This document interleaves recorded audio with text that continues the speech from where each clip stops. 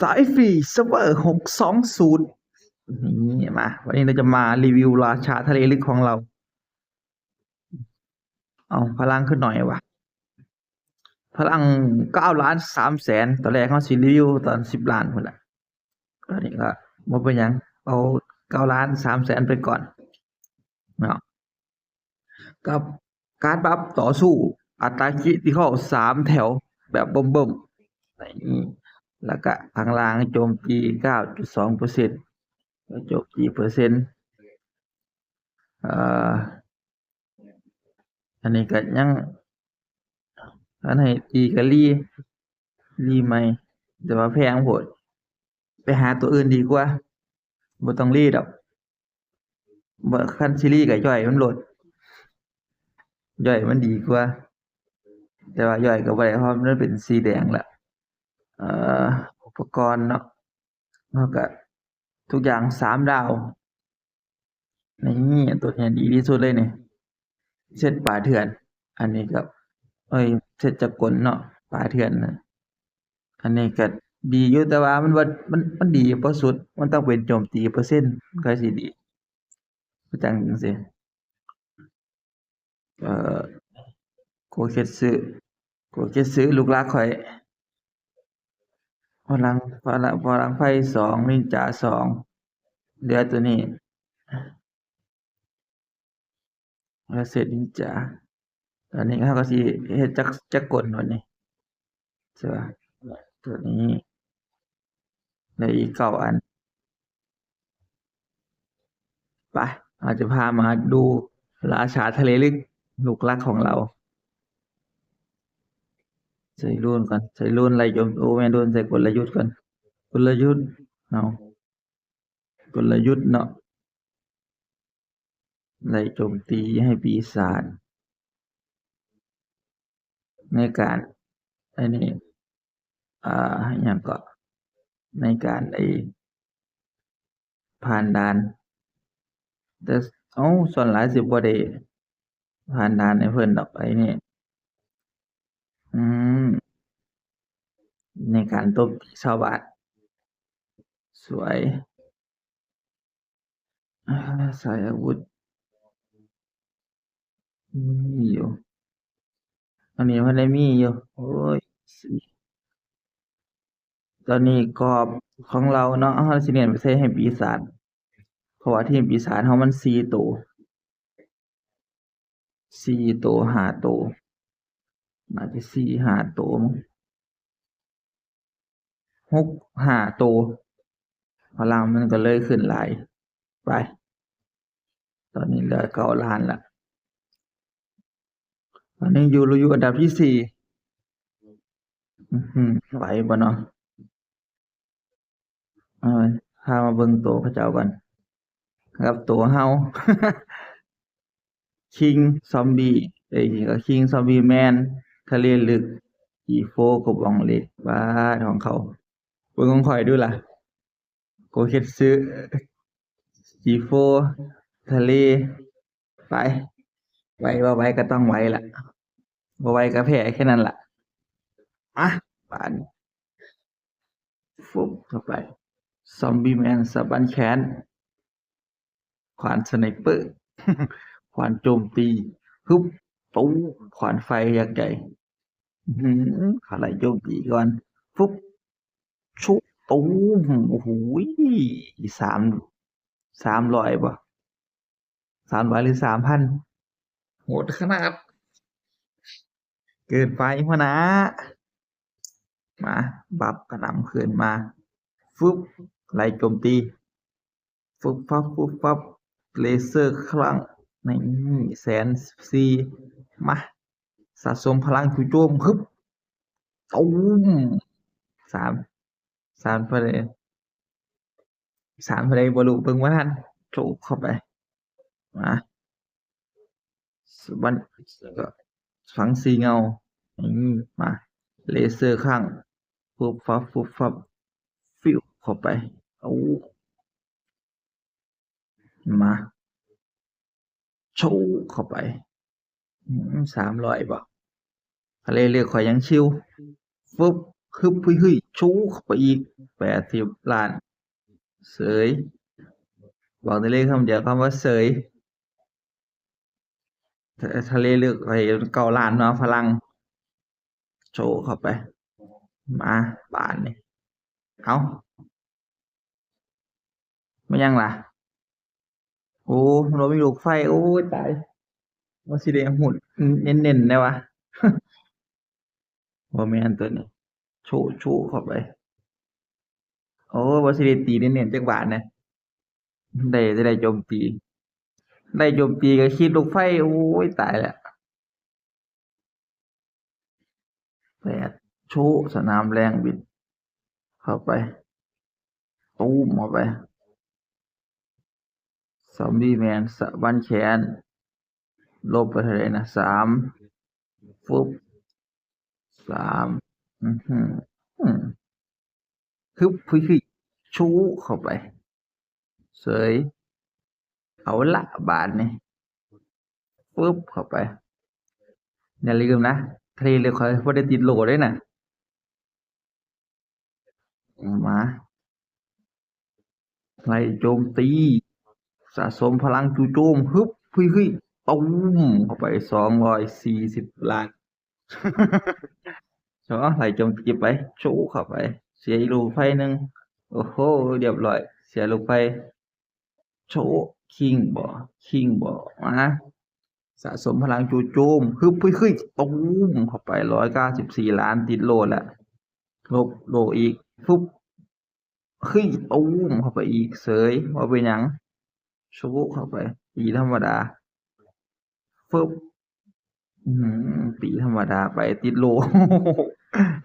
ตีธรรมดาก็ติดโลนะเด็กนะไปโฮโลแกรมสไตร์โชว์ตูมเข้าไปไหวบ่ไหวมาซอมบี้แมนสะบั้นแขนมาบัดนี้ฟึบโชว์เข้าไปตัวละครหรือฮึบเฮ้ยตูมเข้าไปกองอ้วกยวกตายสองตายสองนั่นซุบทุบหนาเข้าไประเบิดเพี้ยเรียบร้อยไอ้นี่ตัวละครดีว่ะนี่ เก็บไว้รอดทะเลลึกข่อยตอนนี้เรามีอันนี้อยู่อิหยังก็เรามีอันนี้เสียดอยู่นี่2,200เนาะ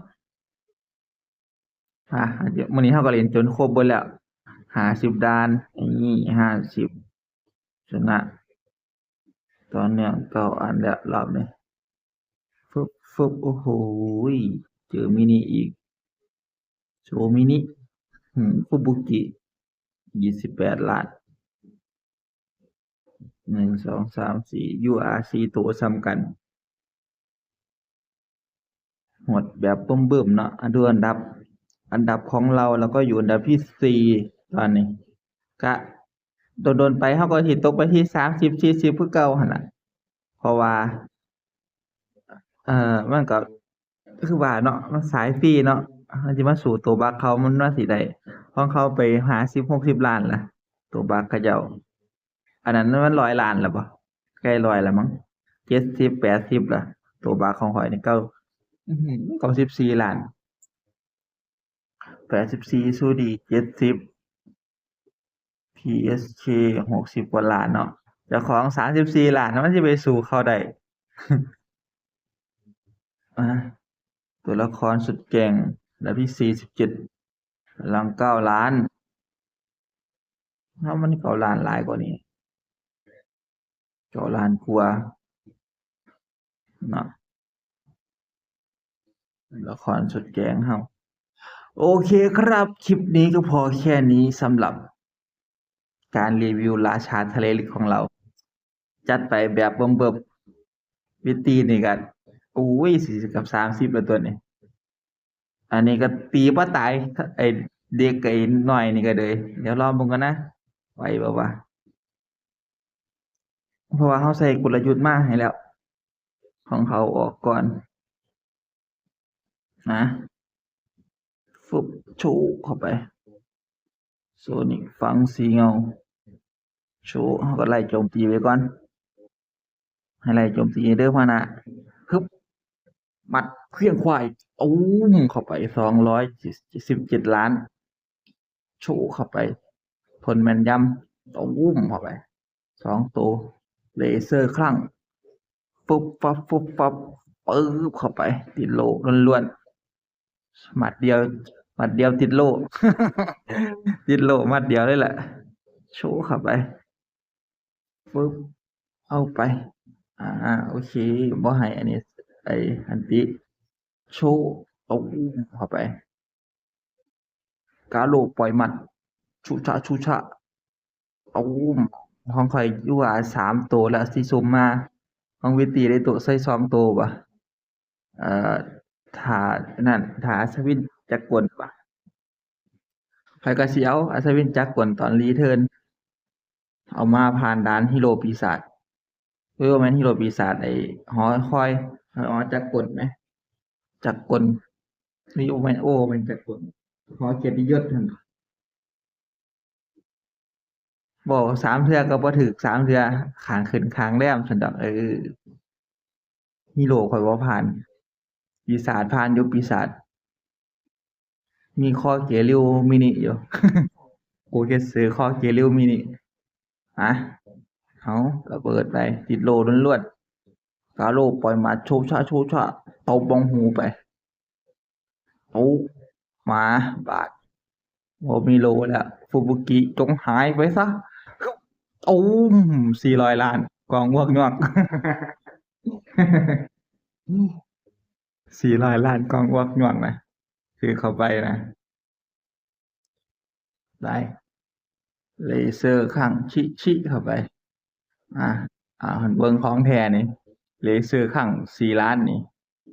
G4 ข่อยพลังรวม4 ล้านตีเข้าไป100,000 สมเหตุเวทนาขนาดไปหมัดทลายพุทธาเหยียบดินทุบหน้าโชว์เข้าไประเบิดเพี้ยเพี้ยตูมเรียบร้อยนี่ละตัวปัญหาตัวเดียวบ่ตายจักเทื่อไปได้โจมตีล้มเหลวถึกอันนั้นถึกถึกอิหยังก็ถึกพายุของฟูบุกินี่มีผลฮอดกลยุทธ์เด้อนี่โพดซะไอ้ตูมเข้าไปอีกอืมมาโฮโลแกรมสไตร์นายโจมตีบ่ได้ก็ตีสดๆไปโชะมาบาดนี้ตีธรรมดาไปละโชะเข้าไปเอาละบาดนี้ละแต่ตีตัวเดียวมันบ่แรงข้อเสียของทะเลลึกฟุบตูม40,000ตีตัวเดียวมันบ่แรงทะเลลึกข้อเสียมันตูม600,000สิว่าจั่งใดตีตัวเดียวคันตีหมู่นี่แรงโพดแรงสุดๆแต่ว่าตีตัวเดียวมันค่อยก็เลยต้องเอาอัศวินจักรกลเพราะว่าฮีโร่มันก็จะสำคัญเขานั้นดวงดีกว่าก็จริงดวงดีกว่าแต่ว่าทีมฮีโร่ข้อยมันสิบ่ผ่านตัวอื่นมันก็จะมีตัวมันดีกว่าทุกดวงอีกแต่ว่าฝั่งฮีโร่มันต้องเอาตัวมาแบกบ่ซั้นมันสิบ่ได้ของ